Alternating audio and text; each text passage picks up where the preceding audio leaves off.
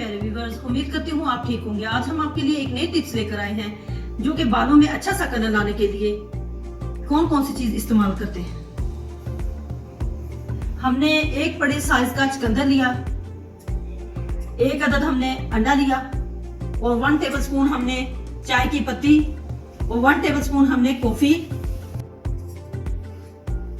एक टुकड़ा हमने अखरोट का सक जिसको बोलते हैं वो लिया है, मसवाक जिसको मसवाक भी कहते हैं और सक भी बोलते हैं। 1.5 गिलास पानी लिया है, इसको अच्छे से बॉईल करना है और ये चीजें हमने इसमें ऐड करनी है।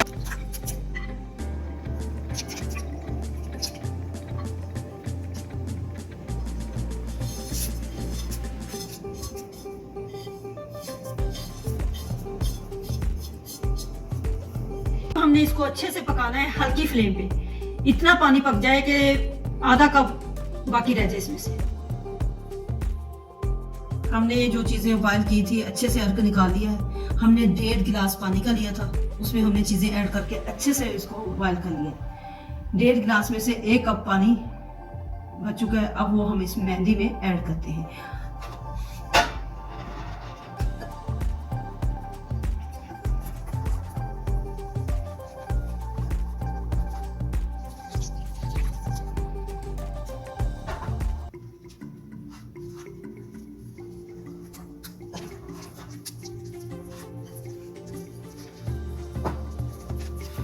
हम इसको अच्छे से मिक्स कर लेते हैं। ये हमारा ओरिजिनल कलर तैयार हो रहा है।